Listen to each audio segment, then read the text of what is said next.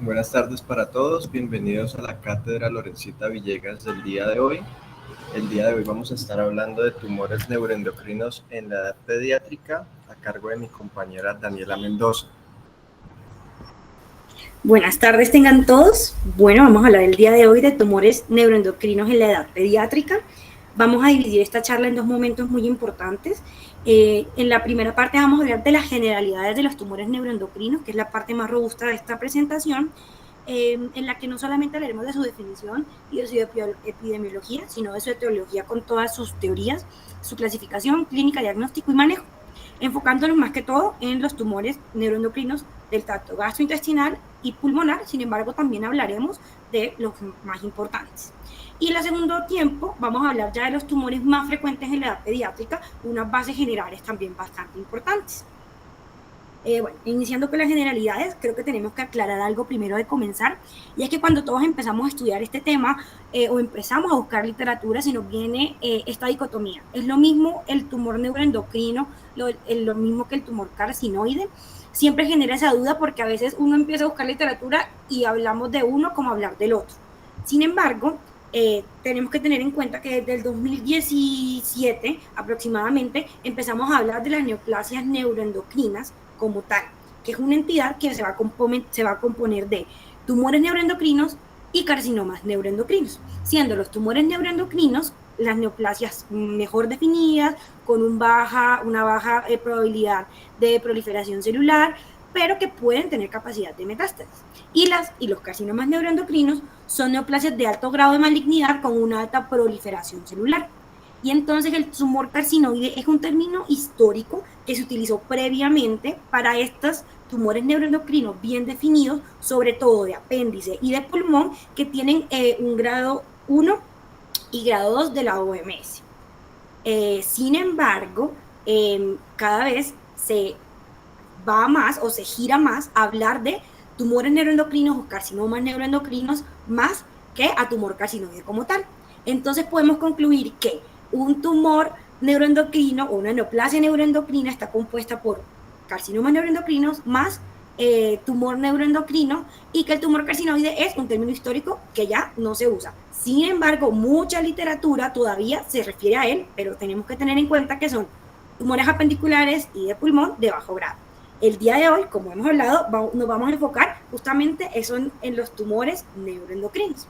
Ahora, ya con eso en mente, podemos hablar de su definición. Entonces, un tumor neuroendocrino va a ser un grupo bastante heterogéneo de neoplasias que se van a originar de las células neuroendocrinas. Son en definición benignas, pero con un alto potencial maligno. En el paciente pediátrico, del 80 al 90% lo compone el carcinoma el tumor neuroendocrino apendicular, seguido del pulmonar o de vía aérea en un 11%. Aquí en esta imagen que vemos a su derecha podemos identificar todas y cada una de las localizaciones desde la vía aérea y la laringe, el timo, en las mujeres a nivel de las mamas, en la piel, en el tracto geniturinario y los riñones, también a nivel de los órganos reproductores, y en el sistema digestivo, como vemos, es el más grande, entre ellos el apéndice, que es, digamos, que el que vamos a hablar el día de hoy. La relevancia de este tema, o por qué lo trajimos a colación, y es que en las últimas décadas ha tenido un aumento muy importante su diagnóstico, sobre todo en la población pediátrica.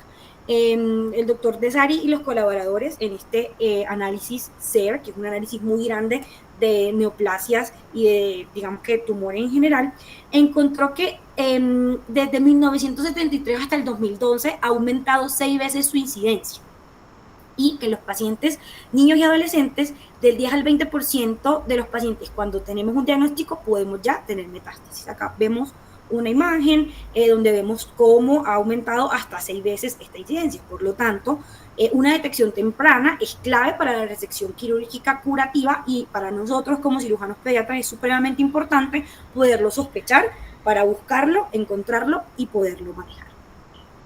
En cuanto pues ya a su epidemiología total, la incidencia que el doctor Dasari y sus colaboradores nos habla es de, en 1973, de 1.9 por 100.000 nacidos vivos a 6.98 en 2012, que es muy parecido a lo que encontró el Centro de Cáncer de Kentucky, en el que en el 95 teníamos 3.1, en el 2015 sube a 7.1 casos por 100.000 nacidos vivos.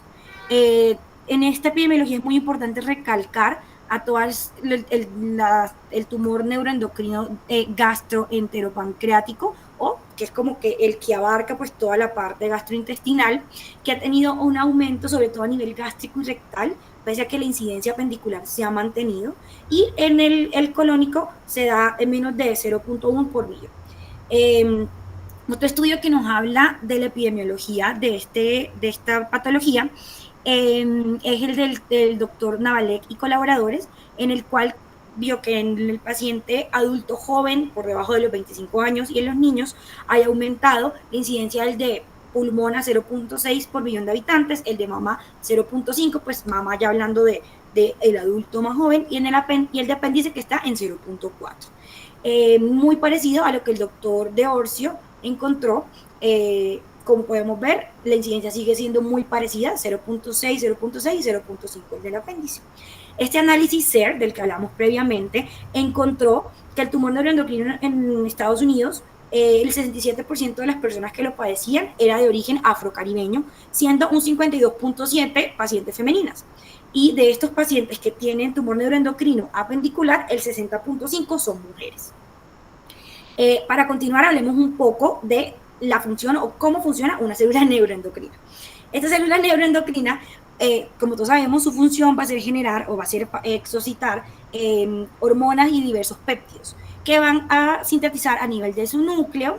El aparato de Golgi lo va a seguir procesando, lo va a encapsular, y luego de que este péptido o esta secreción está encapsulada, va a ser liberada por un proceso de exocitosis al torrente sanguíneo. Vamos a tener digamos que unas sustancias que nos van a regular esta secreción, que nos las van a aumentar, como las podemos ver acá, como la dopamina, la CCK, entre otros, y algunos que la van a inhibir, como la dopamina, el glutamato o la serotonina. La distribución de estas células en la economía corporal están en todas, y como pudimos ver en la imagen de la definición, va a generar en toda la economía corporal diversos tumores. Asimismo, va a generar diversas secreciones dependiendo del lugar en el que estemos. Aquí hay como un pequeño resumen de pues, las que más se van a presentar. En cuanto a su etiología, aún sigue siendo bastante desconocida. Se conocía o se tenía en mente antes que todos estos tumores neuroendocrinos se generaban de células que migraban anormalmente de la cresta neural. Sin embargo, esto se ha ido rebatiendo, y ahorita podemos agrupar esta etiología, digamos que entre grupos principales. El principal son alteraciones genéticas heredadas o dentro de síndromes genéticos heredados, mutaciones somáticas adquiridas, y luego de esta, según la célula de origen y su microambiente. Vamos entonces a explorar cada una de estas. En cuanto a los síndromes hereditarios en el cual vamos a ver asociación o vamos a tener tumores neuroendocrinos, tenemos en este pequeño resumen a los tumores MEN1, que sabemos que va a ser una alteración cromosómica en el brazo largo del cromosoma 13, es autosómico dominante, y además de tener hiperparatiroidismo, tumores pancreáticos, vamos a tener asociados tumores neuroendocrinos pancreáticos. Tenemos también el MEN2 y el MEN3, en el que vemos que también tenemos alteraciones del gen RED y alteraciones cromosómicas en el MEN4, en el brazo pequeño del cromosoma 13, es autosómico dominante también, y además de tener tumores neurohipofisiarios, de tiroides, feocromocitoma, vamos a tener NETs mucho menos frecuentes, y tumores neuroendocrinos más hacia el feocromocitoma. También la esclerosis tuberosa, la neurofibromatosis tipo 1 también se va a asociar con tumores neuroendocrinos, pero en menos del 2% de los pacientes. Sin embargo, es muy importante que lo tengamos en cuenta. En cuanto a las alteraciones genéticas, de nuevo, aquí muy importante esta imagen que vemos aquí a la izquierda, sobre todo a nivel del origen del epitelio donde están esas células. Vamos a tener células pluripotenciales que se van a ir dividiendo, y que en su poca o mucha diferenciación van a ser los precursores de estas células a través de ciertas mutaciones, como cuáles, como mutación MEN1, DAX, ATR, entre otras. que nos va a generar una célula precursora ya del tumor neuroendocrino, que dependiendo su diferenciación se va ya, se va ya a hacer grado 1, grado 2 o grado 3, de lo que vamos a hablar un poco mejor, pero pues para que tengamos esto también bien presente. Ya según su microambiente, aquí lo que nos va a afectar o lo que nos va a llevar a tener este tumor neuroendocrino va a ser cómo esa célula se va a relacionar sobre todo con células autoinmunes, generando inicialmente lo que vemos aquí a la izquierda, que son los arquetipos de tumor frío y tumor caliente o tumor intermedio, que básicamente, ¿qué quiere decir o qué traduce? Que son estos tumores que van a tener infiltración de células dendríticas, linfocitos TCD8, que van a alterar la función de ese tumor como tal, teniendo entonces tumores fríos, como el colorectal, en el cual no vamos a tener alteración o no vamos a tener injerencia del sistema inmune, a tumores que ya van a ser intermedios o calientes, en los cuales ya vamos a tener linfocitos y células dendríticas.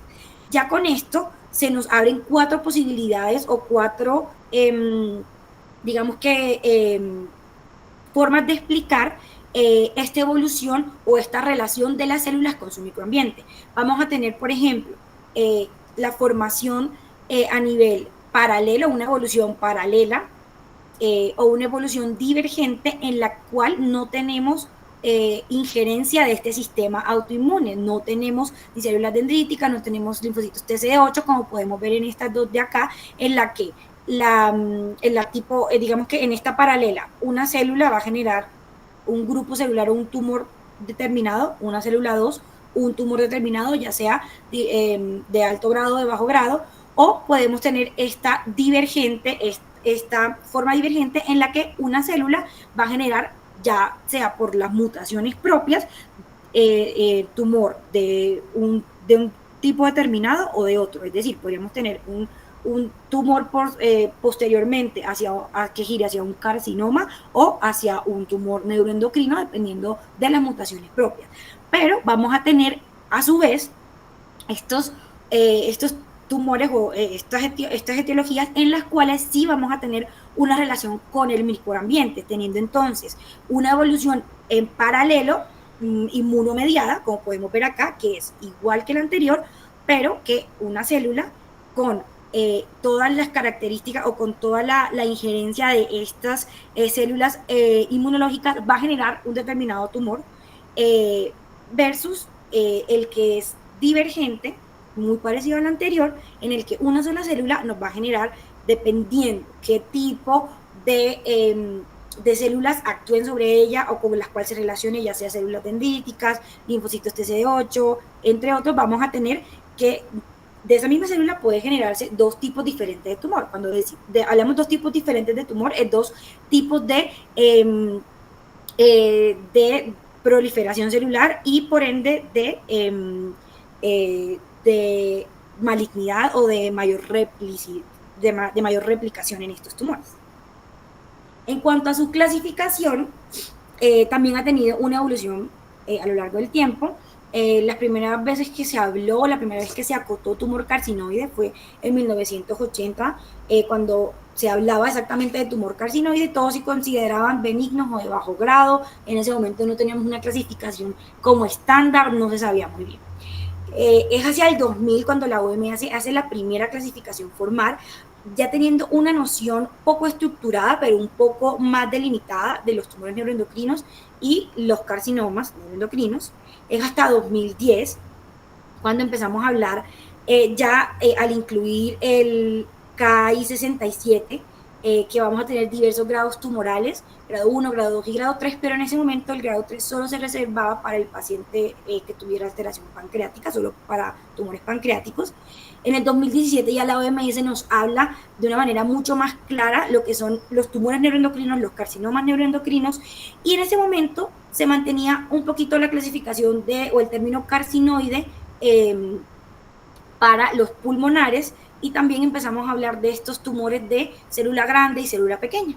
En la última clasificación en la que actualmente nos basamos es la de la OMS del 2019-2022, en el que vamos a tener un enfoque morfológico mucho más unificado, mucho más fuerte, en el que vamos a hablar de tumores neuroendocrinos bien diferenciados cuando tenemos G1 y G2, tumores neuroendocrinos más diferenciados, el G3, pero aquí ya para todos los órganos, no solamente para el pancreático, y empezamos a hacer una introducción de términos como los tumores NIMEN o tumores mixtos, que son tumores con partes neuroendocrinas y no neuroendocrinas.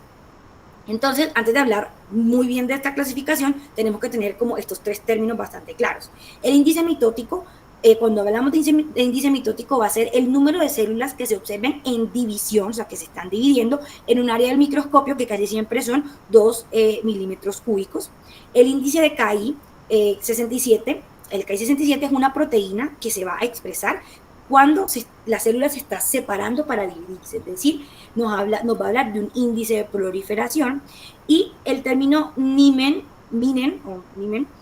van a ser neoplasias mixtas, neuroendocrinas, no neuroendocrinas, es decir, una neoplasia que va a tener tanto un componente neuroendocrino como uno no neuroendocrino, como su mismo nombre lo dice, pero tenemos que tener 30% de ambos, y ese tumor no neuroendocrino tiene que ser maligno. Ya con esto en mente podemos ya hablar como tal de esta que es la clasificación de la OMS del 2022. Entonces tenemos, obviamente, esta clasificación la dividen y la estratifican por cada órgano. Nuevamente vamos a enfocarnos en los dos más importantes en el paciente pediátrico, que es el gastrointestinal y el pulmonar, como para poder hacer el abrebocas para ya hablar luego del tumor apendicular y bronquial. Entonces, en cuanto a esta clasificación de los tumores neuroendocrinos gastrointestinales o de las neoplasias neuroendocrinas gastrointestinales, vamos a dividirla en 3 grados dependiendo su índice mitótico. Si tenemos menos de 2, sería grado 1, y a su vez por el porcentaje de KI 67, o sea, de qué tanto está proliferando. Menos de 3% y menos de 2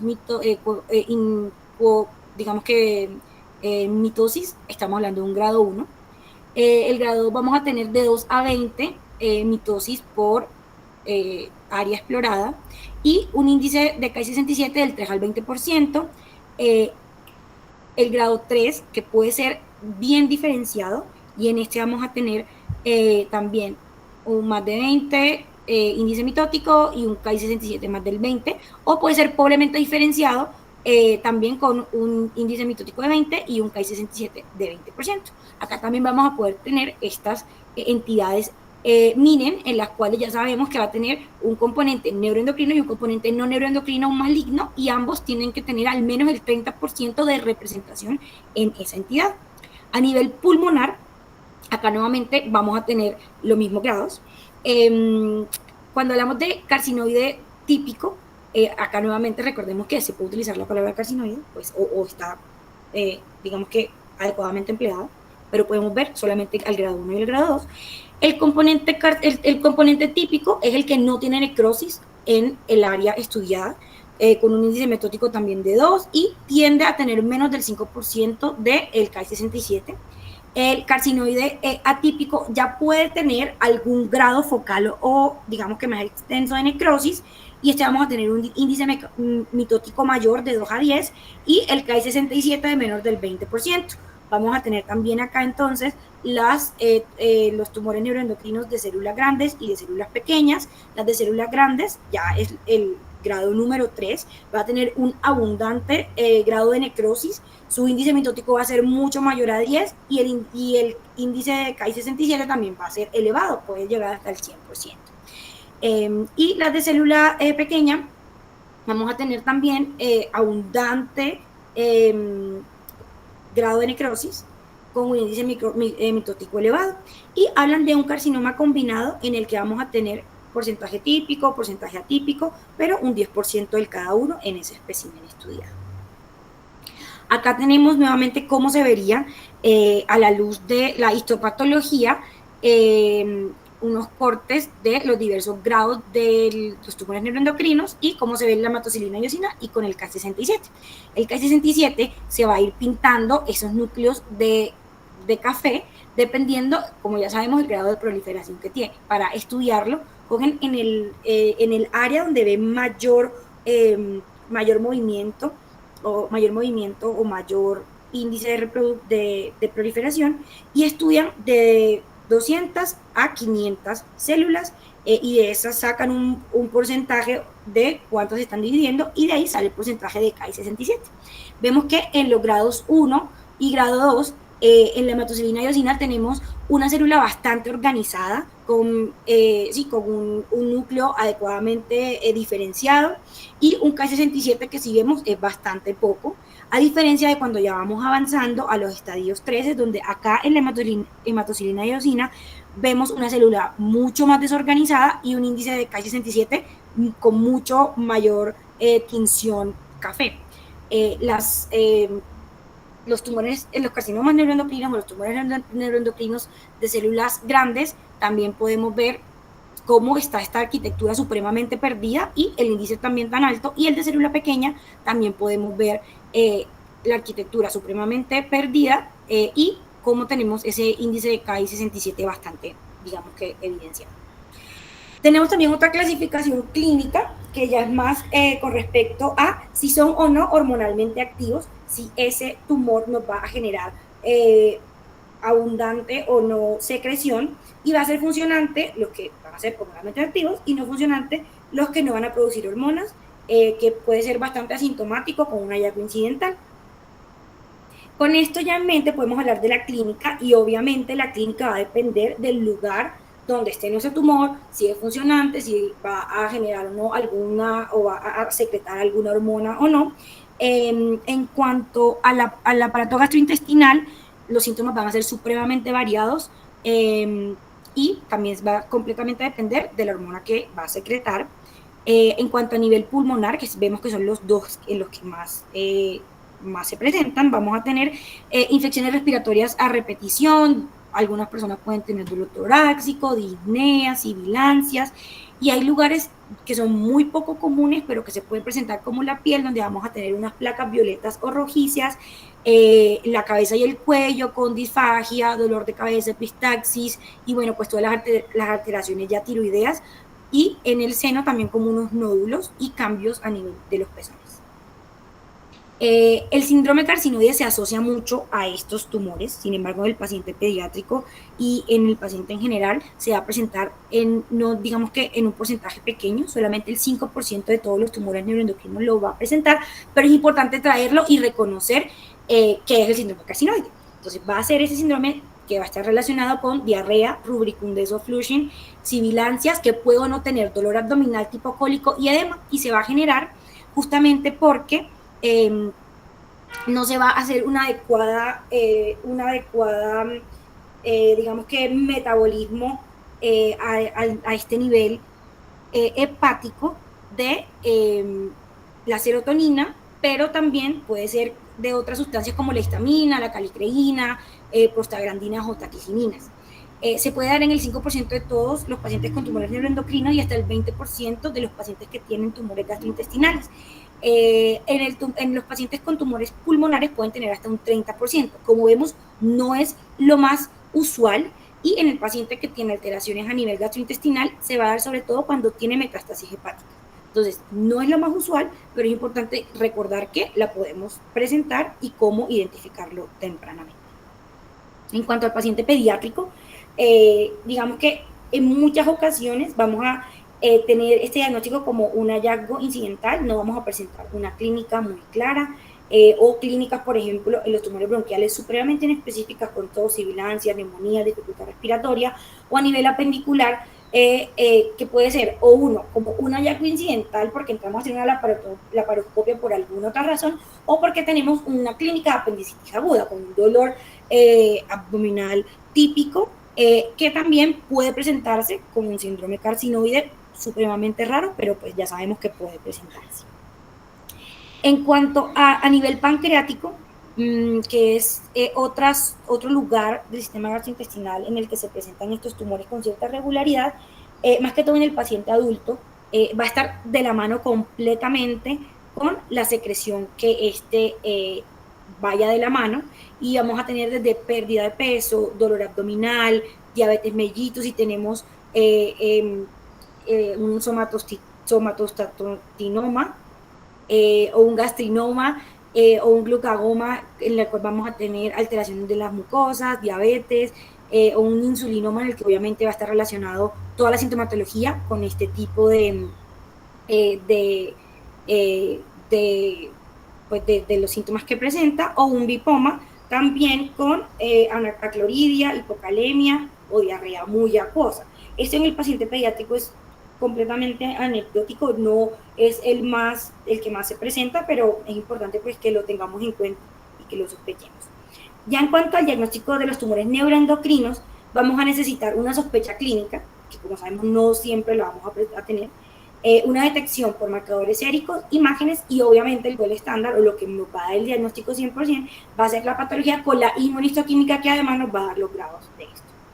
En cuanto a los marcadores séricos o marcadores tumorales, como lo podemos encontrar en alguna literatura, la cromogranina A es uno de los principales, de los que más se ha hablado, y se va a generar o se va a evidenciar según el número de vasos que estén secretando al torrente sanguíneo estas sustancias, ya que cuando en la célula neuroendocrina vamos o se va a hacer la expulsión o la exocitosis de esa sustancia, al romperse digamos que ese saquito que tenía toda la hormona y toda la secreción, ahí vamos a liberar cromogranina. Entonces se va a presentar aquí. Pero puede estar elevado en otras patologías como la hipergastrinemia o la enfermedad renal, por lo cual hace que su sensibilidad no sea la mejor. Hay literatura que nos habla de 86%, pero si uno busca podemos tener literatura que habla de cromogranina hasta en un 30%, con una especificidad del 68% únicamente. La serotonina, y con la eliminación en orina del ácido 5-hidroxindolacético, va a tener una excelente especificidad del 100% y una sensibilidad únicamente del 35%. Con todo esto y con todo esto en mente, se han ido estudiando, se han ido desarrollando test mucho más específicos, mucho más, digamos, que nos hablen de si tenemos o no esta patología, y se desarrolló algo que se llama la biopsia líquida o el NET test, que es justamente el estudio vía sanguínea de no solamente la cromogranina A, sino de otras hormonas y glicoproteínas que nos van a ayudar a enfocar más a este paciente a si presenta o no un tumor neuroendocrino. Digamos que este NET test es relativamente bastante novedoso y se están haciendo bastantes estudios sobre, digamos que qué tanto se puede utilizar para el diagnóstico, para el pronóstico de estos pacientes con tumores neuroendocrinos. Hay un estudio que se publicó en Neuroendocrinology en el 2022 que justamente buscaba hacer una revisión sistemática que se enfocara sobre todo en este pronóstico, en su valor pronóstico y predictivo. Se trataron de responder 3 preguntas muy importantes, y es, 1, si este NET test era bueno para hablar de enfermedad que progresa o que se mantiene estable, si este NET test podría ayudarnos a prevenir o a predecir realmente la progresión de un tumor en respuesta a su tratamiento, y si también nos podía ayudar a predecir la recurrencia del tumor después de la cirugía. Se estudiaron alrededor de 25 digamos que artículos en los cuales se identificó que para responder la primera pregunta, realmente sí, un corte de un 40 a un 45% nos podía hablar de si esa enfermedad estaba progresando o se mantenía, digamos que estable. Cuando hablamos de un 40 a un 45%, se toma como. Luego de que salgan los resultados de todos estos estudios, se corría un algoritmo especial y se daba una puntuación de 0 a 8, siendo de 0 a 2 los valores normales y de 2 a 8 valores alterados. Eso luego se sacaba un porcentaje y con ese porcentaje se tenía como de corte. En cuanto a si nos podía ayudar a prevenir la progresión en respuesta al tratamiento, había poca literatura que la respaldara. Sin embargo, era bastante probable, ya que si podemos predecir si está o no estable o progresando, podríamos también hablar de qué tanto está respondiendo al tratamiento. Entonces, digamos que se podría utilizar. Y en cuanto si podía predecir o no la recurrencia después de la cirugía, también hablaba que si tenemos un net test con un porcentaje mayor al 30 al 40%, eso solito se asociaba con recurrencia tumoral porque vamos a tener un tumor o una enfermedad que está progresando como tal. Entonces, digamos que para cerrar esta idea, el NET test sí es un estudio que se puede emplear en estos pacientes, que nos puede ayudar a hablar de si está o no progresando la enfermedad, de si después de tener un procedimiento quirúrgico o después de haberlo llevado a la resección quirúrgica vamos a tener recurrencia. Se puede hacer en cualquier momento digamos que del estadiaje del paciente, lo cual también es algo muy positivo, porque se puede hacer al inicio del manejo, o si de pronto se lleva un manejo médico prolongado, también en varias etapas de esta se puede tomar. Sin embargo, pues obviamente tenemos que contar con toda la disposición de recursos para realizarlo. Nuevamente hablando de los mismos marcadores, aquí hay un esquema bastante interesante de qué vamos a encontrar dependiendo a cada órgano, cada sistema afectado por los tumores neuroendocrinos. Como vemos, la cromogranina sigue siendo muy importante cuando la tenemos presente. Aquí hay una imagen pues por cada uno de ellos, pero vamos a analizar, digamos que los que más nos conciernen al día de hoy. A nivel bronquial, vamos a tener marcadores como la ACTH, la serotonina, como muy importantes. La histamina puede o no estar presente en estos tumores. Mientras que los de colon y recto vamos a tener como marcadores específicos el péptido Y y la somatostatina muy importantes, y vemos que el resto de marcadores no se identifican tanto. En cuanto a las imágenes, que es otra parte de este apoyo diagnóstico, podemos dividirlas en dos tipos de imágenes. Imágenes que nos hablen de la morfología de la lesión e imágenes que nos hablen de la función de la lesión. Entonces, para hablar de la morfología nos vamos a enfocar en la ecografía, el TAC y la resonancia, y para hablar de la función, aquí vamos a hablar de la medicina nuclear. Entonces, la ecografía no es la primera opción, pese a que no irradia a nuestros pacientes. Yo creo que a todos los cirujanos pediatras nos gusta mucho, y a todos los pediatras también, porque tenemos un índice de radiación que no existe. Sin embargo, no es tan buena para identificar estas lesiones. Es relativamente bueno para las metástasis hepáticas y hasta un 60% para las neoplasias duodenales y algunos cambios, pero realmente no es tan bueno. Ya cambia y aumenta cuando hablamos de la ecografía endoscópica, sobre todo para lesiones pancreáticas, que es la imagen que tenemos acá, que pues sí nos aumenta muchísimo su diagnóstico, pero sabemos que es un diagnóstico ecográfico que se apoya en el endoscopio, entonces digamos que nos cambia un poco esta clasificación. En cuanto a la tomografía, es siempre el primer estudio que se solicita para su diagnóstico y seguimiento por su fácil acceso, y tiene una detección general bastante buena del 86%, que aumenta con una especificidad que va hasta el 100%, obviamente si tenemos algún tipo de contraste especial. Nos ayuda a diagnosticar el 86% de los tumores neuroendocrinos pancreáticos y hepáticos, y además podemos ver si tenemos alguna complicación asociada como obstrucciones intestinales. Y pues la radiación, que digamos que sería el único contra de esta enfermedad. Acá podemos ver dos imágenes donde las flechitas aquí a nivel bronquial nos identifica esta lesión, y también aquí a nivel pancreático.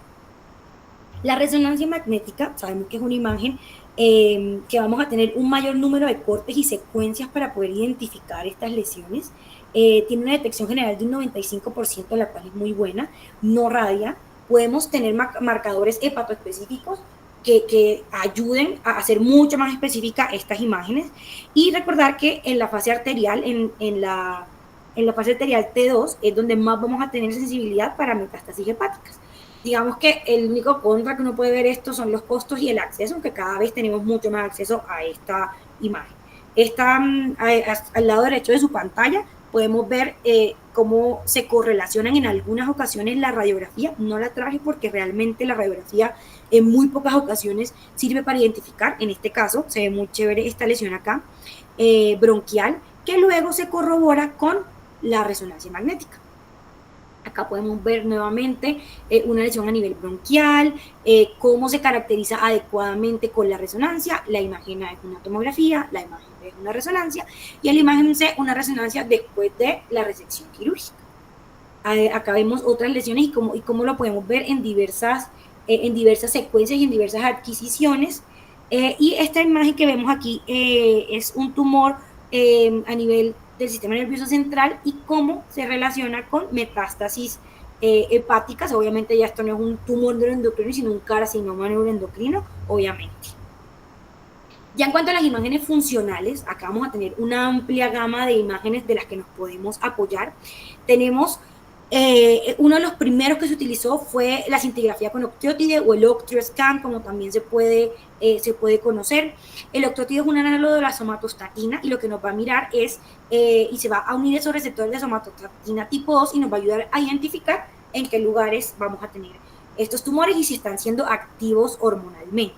Tiene una buena sensibilidad entre el 80 y el 100%. En tumores pancreáticos e insulinomas su sensibilidad es mucho menor y en muchos lugares se sirve para seguimiento luego de la resección quirúrgica.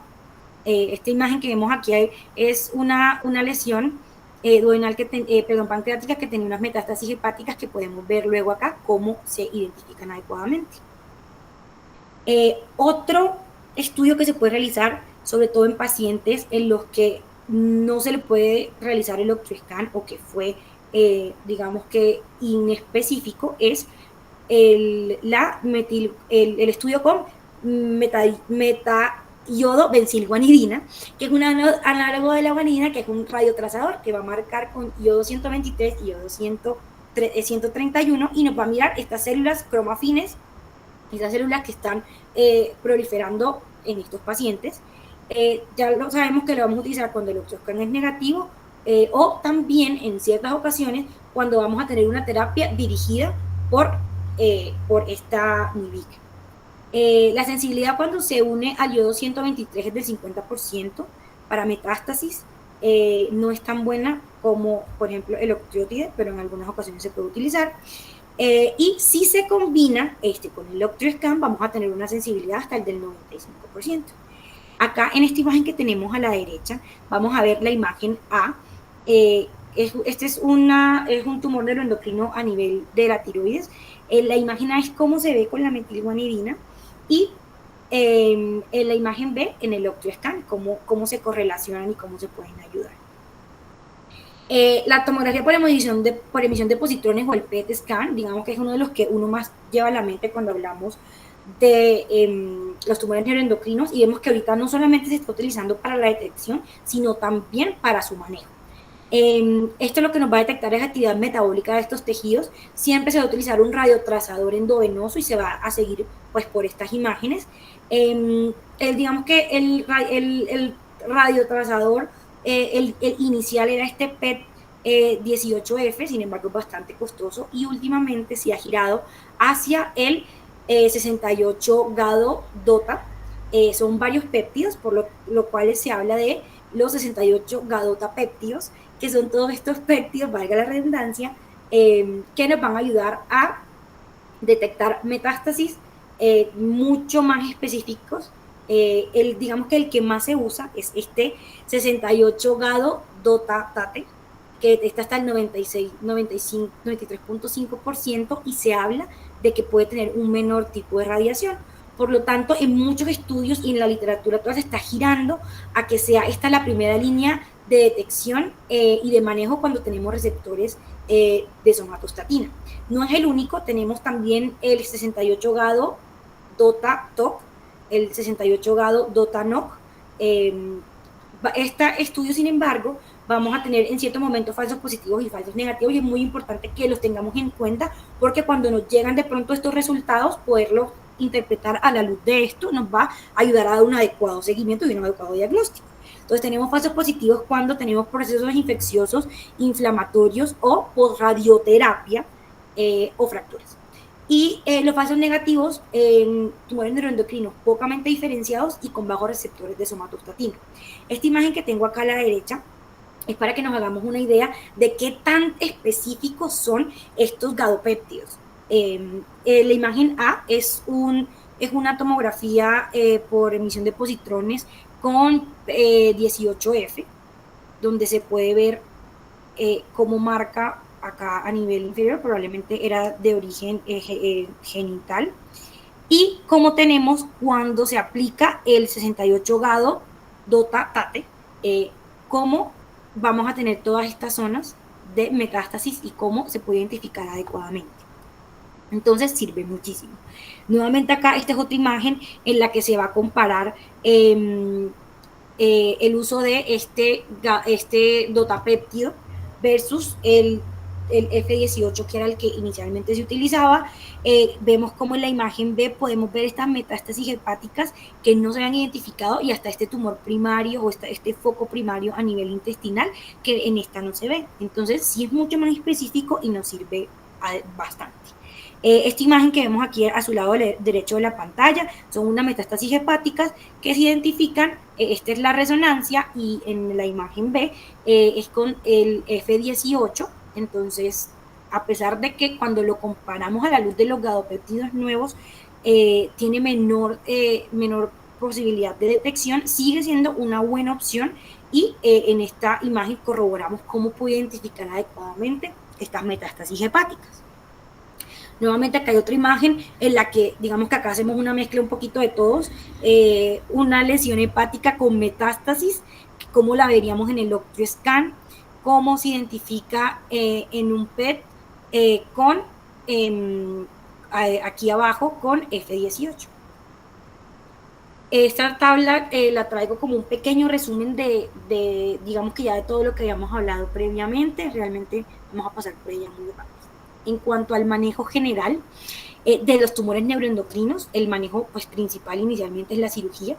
Sin embargo, cada vez nos estamos llenando de más razones y de más armas para esos pacientes que no controlan los síntomas o que la primera línea de manejo falló. Entonces, este manejo médico nos va a ayudar no solamente a controlar el crecimiento, sino también a controlar esos síntomas que no se han podido controlar adecuadamente. Tenemos todo este arsenal de manejo.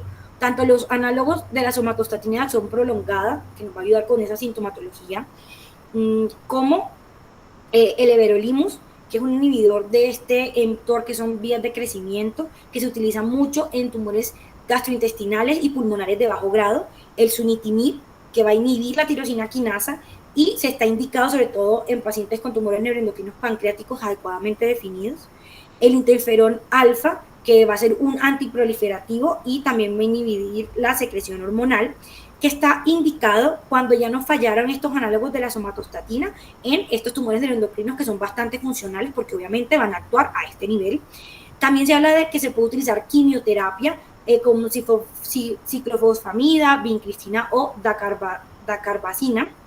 Y digamos que a lo último que se está girando son estas terapias con receptores de radiopéptidos radionúclidos o PRRT, que traducen. Estos radiopéptidos que hablamos previamente cuando hablamos digamos que del PET scan y de esos últimos radiopéptidos como el 68 GADO DOTATATE, se va a unir con unos radionúclidos que son partículas o entidades que son radioactivos. Entonces, lo identificamos adecuadamente con el PET scan, con el radiopéptido, y luego con el radionúclido lo atacamos. Entonces, es un manejo, digamos que de lo último que se está hablando y es bastante efectivo. Se utilizan dos radionúclidos importantes, el lutetio 117 y el itrio 90. El lutetio se une al DOTATATE y el itrio al DOTATOC, que eran otros de los radiopéptidos que habíamos hablado previamente. Ya en cuanto al manejo quirúrgico, obviamente va a depender del lugar en el que esté nuestra lesión, también del grado que tenga, sobre todo si se puede hacer un manejo conservador o requiere un manejo posterior a este. Esta es una tabla para su resumen, sin embargo, no vamos a ahondar demasiado en esto porque pues sería otro tema completamente diferente.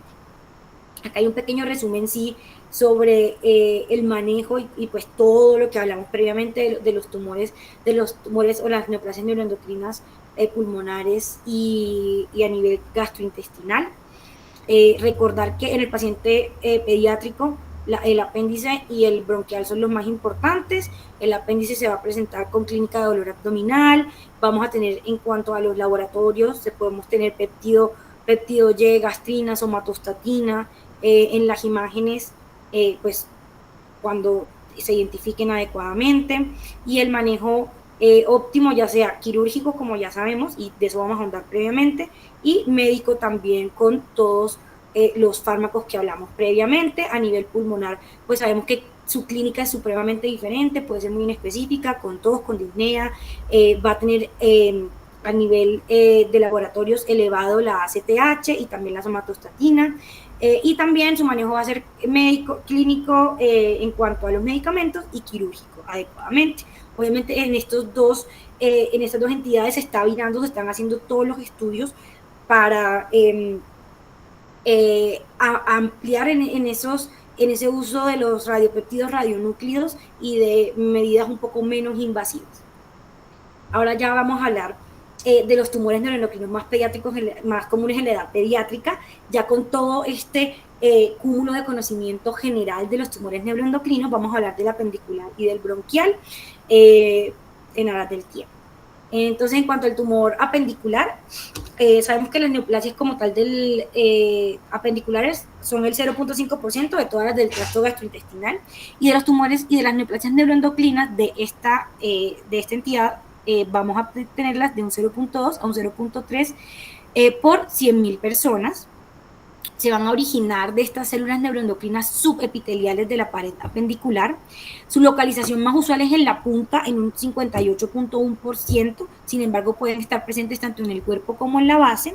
Es el principal tumor neuroendocrino gastrointestinal pediátrico, creo que lo hemos hablado a lo largo de toda la charla, y en este podemos tener estas entidades mixtas, no neuroendocrinas y neuroendocrinas, en la cual vamos a tener un carcinoma, carcinoma y un adenocarcinoma en este lugar. Acá al lado, en su parte inferior de la pantalla, vamos a ver nuevamente el graduaje según la clasificación de la OMS, pero es igual al que ya hablamos previamente. Grado 1, un índice mitótico bajo, con un índice de Ki-67 también bajo. El grado 2 ya vamos a tener de 2 a 20 mitosis por área explorada, con un índice, con un Ki-67 del 3 al 20%, y el grado 3, más de 20 mitosis por área explorada, y tenemos un Ki-67 mayor al 20%. En cuanto al momento de su diagnóstico, sí es una clasificación TNM bastante más hacia la literatura del adulto, pero pues que me pareció importante traerlo porque se ha estudiado que al diagnóstico el 80% son menores de 1 centímetro, o sea, son una clasificación T1A, el 15% puede medir de 1 a 2 centímetros, y solamente el 5% va a ser mayor a 2 centímetros. Y esto es muy importante porque hace parte de los factores de riesgo para metástasis linfática, y los factores de riesgo para metástasis linfática son la principal causa o la principal motivo por el cual a los pacientes con tumores neuroendocrinos apendiculares se les plantea hacer una hemicolectomía derecha. ¿Cuáles son los factores de riesgo entonces para esta metástasis linfática? Que tengamos un tumor mayor a 2 centímetros, que tengamos una resección R1, es decir, que no tengamos una resección completa, microscópica o macroscópica de nuestro tumor, que tenga angioinvasión, infiltración del mesoapéndice de más de 3 milímetros y un índice de Ki-67 mayor a 2%. Con esto en mente, entonces podemos hablar del manejo. El manejo, esta imagen que traigo aquí también es de una revisión que se hizo en el paciente adulto, sin embargo, comparte la parte más importante del manejo del paciente pediátrico. Si tenemos un tumor neuroendocrino que mide menos de 2 centímetros, se hace apendicectomía, y si ese es menor a 1 centímetro, no se le hace seguimiento. Si es mayor a 1 centímetro, se le hace seguimiento. Cuando tenemos, obviamente, este paciente sin factores de riesgo. Si ya tenemos un paciente con un tumor neuroendocrino que es menor a 2 centímetros, pero con algunos de los factores de riesgo que hablamos previamente, se le puede ofrecer, digamos que ampliar esos márgenes, ya sea con una hemicolectomía o con una sequectomía más una resección de ilion distal, etc. Digamos que obviamente la que más se estudia y de la que más se habla es de la hemicolectomía, porque obviamente pues la literatura adulta y la oncología adulta es mucho más agresiva. Y si tenemos un tumor neuroendocrino de más de 2 centímetros, enseguida hemicolectomía derecha, obviamente todos estos con seguimientos. Pero ¿qué pasa cuando tenemos metástasis? Aquí es bastante interesante porque si dan como un algoritmo y así tenemos metástasis y son resectables, resectarlas si se puede sincrónicamente cuando se hace la resección apendicular. Si no son resecables y el paciente está asintomático, si tenemos un estadio bajo, o sea, un grado 1, grado 2, se puede hacer watch and wait. O si tenemos un estallaje un poco mayor, se puede hacer tratamiento con medicamentos y hacer un seguimiento muy cercano para evaluar la necesidad de una resección a futuro. Y si ya son sintomáticas, pues intentar hacer la resección. Pero con todo esto surge la pregunta, creo que cuando todos lo leemos es, ¿y la hemicolectomía en el paciente pediátrico es tan necesaria? Con esa pregunta se hizo una búsqueda, no hay mucha literatura al respecto. Encontré este artículo que se publicó en el 2020 por el doctor Cosmas en Suiza, y él y su grupo lo que hizo fue justamente, quería buscar el riesgo de metástasis en esos de metástasis linfática, qué relación tiene con la realización de una hemicolectomía derecha, que eso se traduce en la sobrevida de estos pacientes con tumor neuroendocrino pediátrico. Lo que hizo básicamente fue buscar en Medline, PubMed, Scopus, todas las bases de datos, estudios que hablaran de pacientes con tumor neuroendocrino apendicular, su resección, si tenía o no invasión de los nódulos linfáticos y de esos pacientes a cuáles se había llevado luego a una hemicolectomía o a una cirugía más grande. Esto en pacientes adultos y pediátricos. Obviamente el paciente adulto tiene una literatura un poco más amplia. Se encontraron 11 estudios en el paciente adulto y 3 estudios en el paciente pediátrico. De importante de que nos llama la atención es que el tumor que medía más de 10 milímetros tenía un riesgo hasta un 48.6% de tener invasión a nivel ganglional. Que si vemos en los algoritmos previos, un paciente con 1 centímetro en ese momento no prende las alarmas y no nos hace pensar que pudiese tener invasión ganglionar, pero aquí sí la encontramos.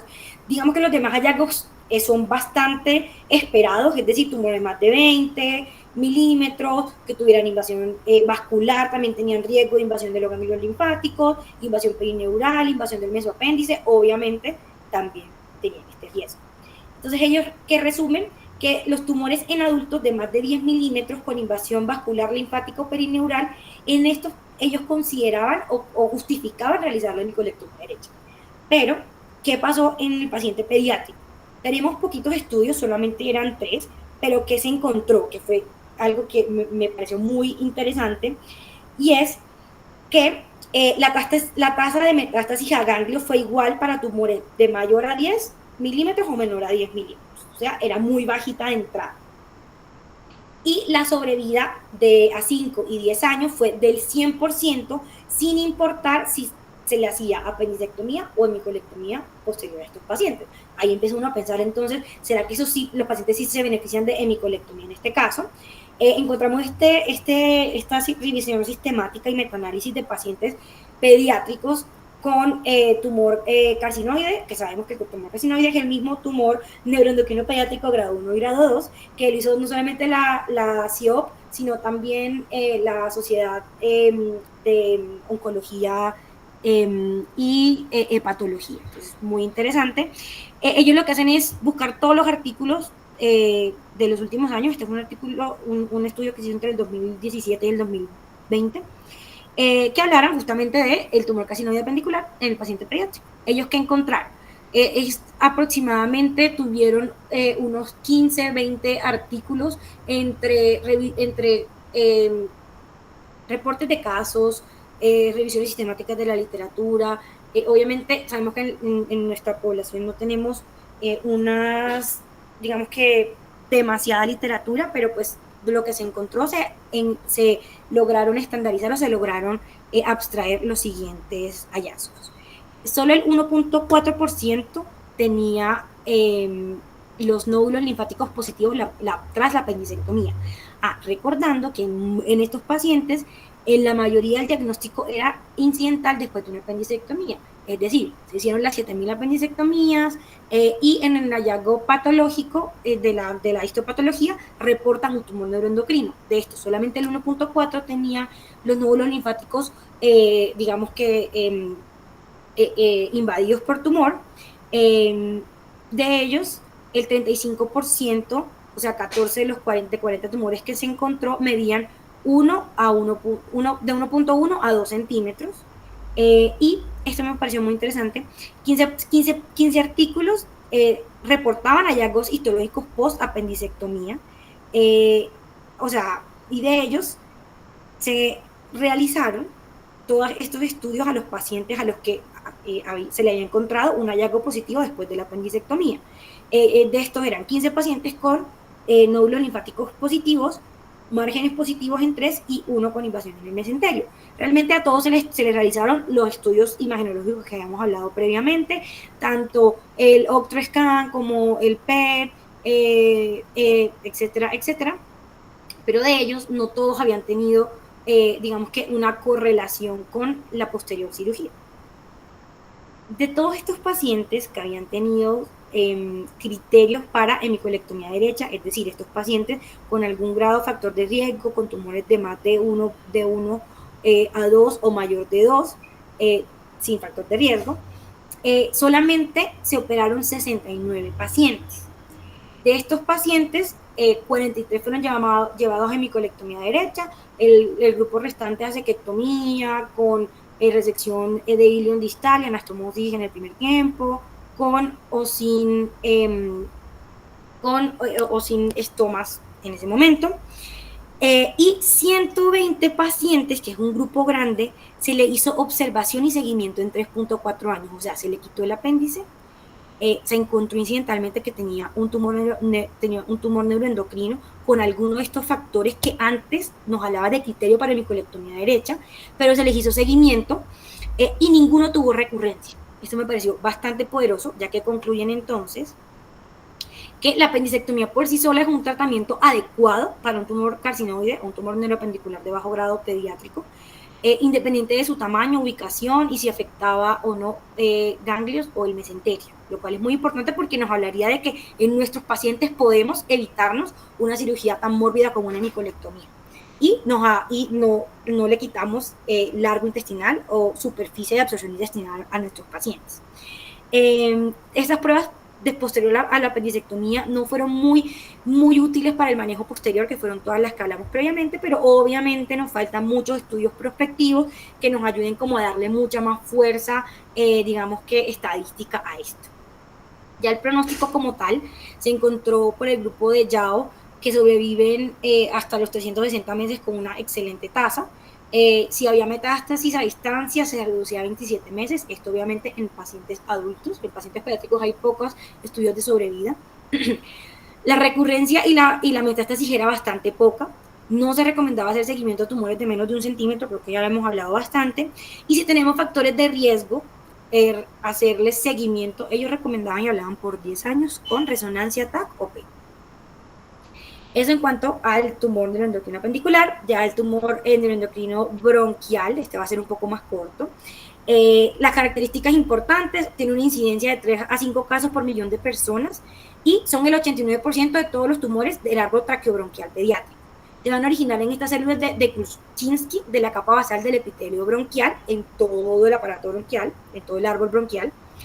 Y puede estar tanto en el bronquio principal como segmentario, y esto obviamente se va a relacionar con la clínica que va a tener, ya que en bronquios principales vamos a tener grados de obstrucción más variable que nos va a generar sintomatología respiratoria, distrés respiratorio, incluso hasta hemoptisis. El síndrome carcinoide solo se va a encontrar en un 10 a un 30% de estos pacientes, como ya habíamos hablado previamente. Y en cuanto a los tipos, el 10% va a ser típico, o sea, bien diferenciado, y el 90% va a ser atípico, como ya dijimos, con un índice mitótico mayor y con varias áreas de necrosis, con un comportamiento mucho más agresivo, y van a ser estos estadio G3. En cuanto al diagnóstico, además de la sospecha clínica, que sabemos es bastante baja, a nivel de la tomografía vamos a identificar unas masas que son esféricas, bastante ovaladas, podemos tener uno de los bordes lobulados y es bastante vascularizada. Podemos ver o se describe el signo de la punta o de la puntica de iceberg, que es que normalmente se ve pequeña, pero la masa va a ser mucho más grande y mucho más adyacente y no solamente la lesión endoluminal que estamos viendo. También se puede hacer diagnóstico por PET, como ya hablamos previamente, con todos los falsos negativos. En este caso, en los tumores que son muy pequeños, puede generar los falsos negativos. La broncoscopia también aquí es de suprema importancia, ya que nos va a ayudar a caracterizarla adecuadamente y hacer diagnósticos diferenciales. Acá vamos a encontrar unas lesiones que son bastante nodulares, de apariencia suave, lisa, de color rojo cereza y algo polipoides. Sangran bastante, por lo cual recomiendan no hacerle biopsia de entrada. En cuanto al manejo, pues sabemos que el abordaje quirúrgico, las nuevas terapias médicas es lo que está mandando la parada. Para los bordes de sección acá en estos tumores sí es muy importante la biopsia por congelación, porque obviamente la idea es resecar el menor porcentaje del árbol traqueobronquial. Acá traigo a la derecha unas imágenes publicadas por el doctor Varela en el Seminars in Pediatric Surgery en el 2016, que nos habla de cómo hacer las reconstrucciones cuando tenemos estos tumores bronquiales a nivel carinal, si tenemos ya en un bronquio fuente, y vemos que es bastante retador por la localización en la que están. El pronóstico de estos pacientes, si es atípico, puede tener metástasis y ganglios linfáticos de entrada, lo que le da una sobrevida, a pesar de todo eso, en el paciente pediátrico a los 5 años del 90% si se hace un buen abordaje con unos bordes de sección negativos, y en los pacientes adultos, como podemos ver, es mucho mayor. Y una preguntita que uno se hace mucho cuando está estudiando estos cánceres del aparato traqueobronquial es si se requiere una traqueostomía. El doctor Varela y en varios artículos son bastante claros en que solamente si el paciente tiene dificultad respiratoria severa se beneficia de una traqueostomía previa a la cirugía, porque de entrada nos va a alterar el campo quirúrgico y el desenlace de estos pacientes, y si se hace, lo ideal es hacerlo lo más alejado posible del área que vamos a resecar. Ya con eso acabamos, y para casa queremos llevarnos entonces que recordar que las neoplasias neuroendocrinas se componen de tumores neuroendocrinos y carcinomas neuroendocrinos, que ese término de tumor carcinoide es bastante, se utiliza más que todo anecdóticamente, y en algunos casos y en alguna literatura lo podemos encontrar como tumores grado 1 y grado 2 apendiculares y sobre todo pulmonares y bronquiales. Su etiología de los tumores neuroendocrinos va a estar generado por alteraciones genéticas adquiridas, su relación con las células de que se originan y su microambiente en relación con las células inmunes. El diagnóstico con una sospecha clínica según la clínica del órgano afectado, imágenes y marcadores. Imágenes, recordar el TAC, la resonancia, el PET, con todos estos gadopéptidos, y si no el MIG-G, que también se puede ayudar cuando este no nos sirve. El manejo, ya sabemos que es quirúrgico inicialmente, y nos podemos ayudar del manejo médico. Recordar que el tumor apendicular y el bronquial son los tumores neuroendocrinos más comunes en nuestro paciente pediátrico. El apendicular tiene un muy buen pronóstico. Si tiene menos de 1 o mide menos de 1 centímetro, se puede hacer apendicectomía únicamente sin necesidad de seguimiento. De 1 a 2 centímetros con factores de riesgo, o mayor de 2 centímetros hablaban de hemicolectomía o resecciones para ampliar márgenes. Sin embargo, ya sabemos por los estudios que hemos presentado que solamente con apendicectomía puede ser suficiente, ya que hay estudios con 3.4 años libres de enfermedad posterior a ellos, y que el tumor bronquial, la cirugía es el pilar fundamental y no requieren traqueostomía previa a la cirugía. Muchas gracias por la atención, porque hace hasta este momento de la charla, y están abiertos los micrófonos si tenemos alguna duda. Muchas gracias, Dani, por esta gran presentación. Abrimos los micrófonos para comentarios que se tengan al respecto o alguna duda. Hola, Dani, buenas tardes. Muy buena la charla, completa, tema complejo desde el punto de vista molecular y oncológico, y con las nuevas moléculas que han salido para el tratamiento de los tumores neuroendocrinos.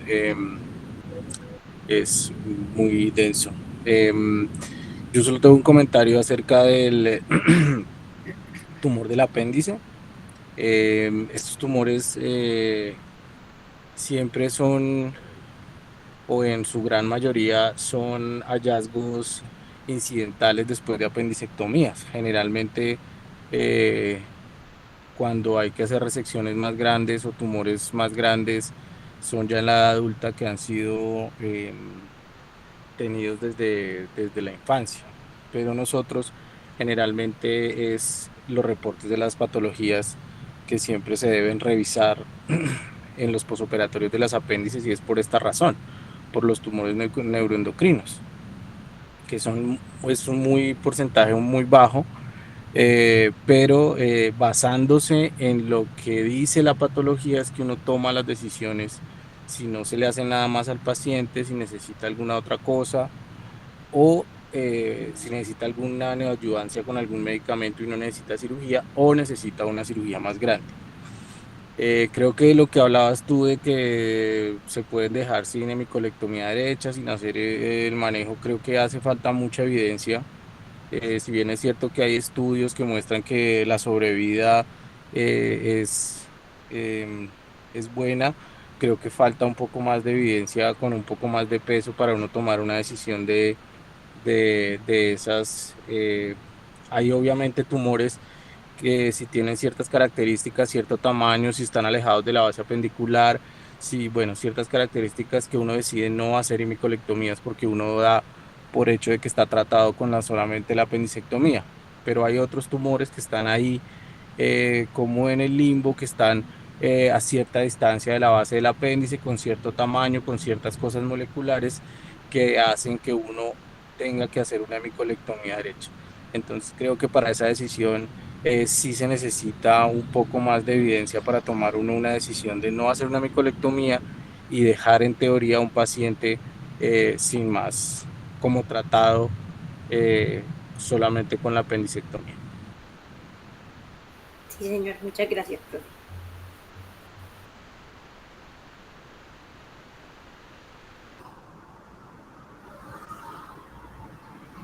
Muchas gracias a todos.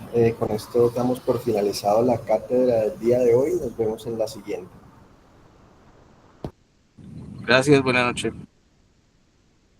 Muchas gracias, buenas noches. Hasta luego, buenas noches, muchas gracias.